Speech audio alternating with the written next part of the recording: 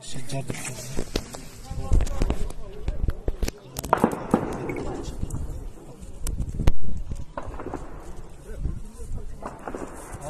уже военный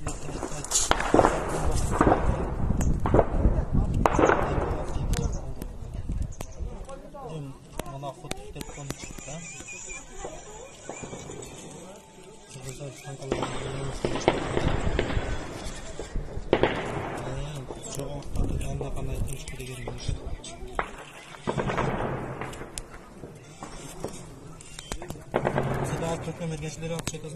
Көкташта 1,5 saat болып қалды.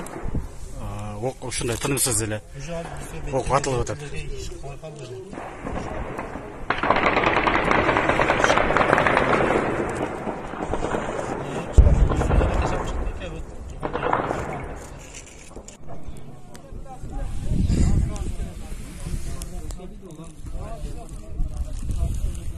Азыр мен ушул мына Көкташ айылынын четинде турам. Мына мен артымдагы бул ушул Көкташ айылы.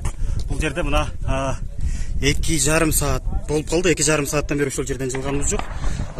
Ок атышуу азыркыдай эле тынымсыз ушул 2,5 saatка созулду да. Бул алгач баштап окуя ушул жерде аңчылык куралдардан атылган октор башталып атты. Кийинчерээк ошол аскерлер эки тараптан аскердик оор куралдар катышып, оор техникалар тартылып, мен азыр эле көрдүм ушул жерде Головной деген жердеги атышуу болуп жаткан жерден Кыргызстандын 8 жараны октон жаратылган 8 жаранын алып келип ооруканаларга алып кетишти.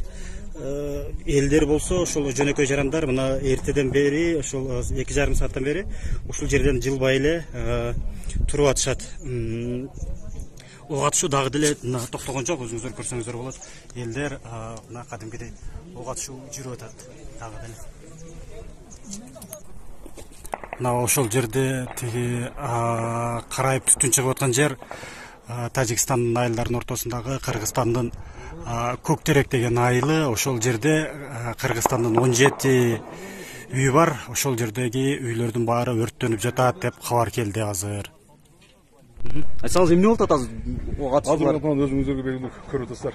Көкташта тажик аскерлери кирип келишип, биздин жарандарга ок атышып атататтар. Анан ошондой эле Головнойго кирип келиштилер. Азыр бүгүнкү күндө бизде эмнелер бир 4 аскер жарадар болуптур.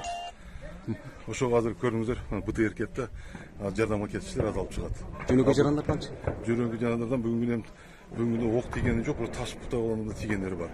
Азыр мына өзүңүздөр көрүп атасыз, Көкташка жарымына Тажикстан аскерлери кирип келишти. Каза болгондор жок бүгүн. Жок, Рахмат.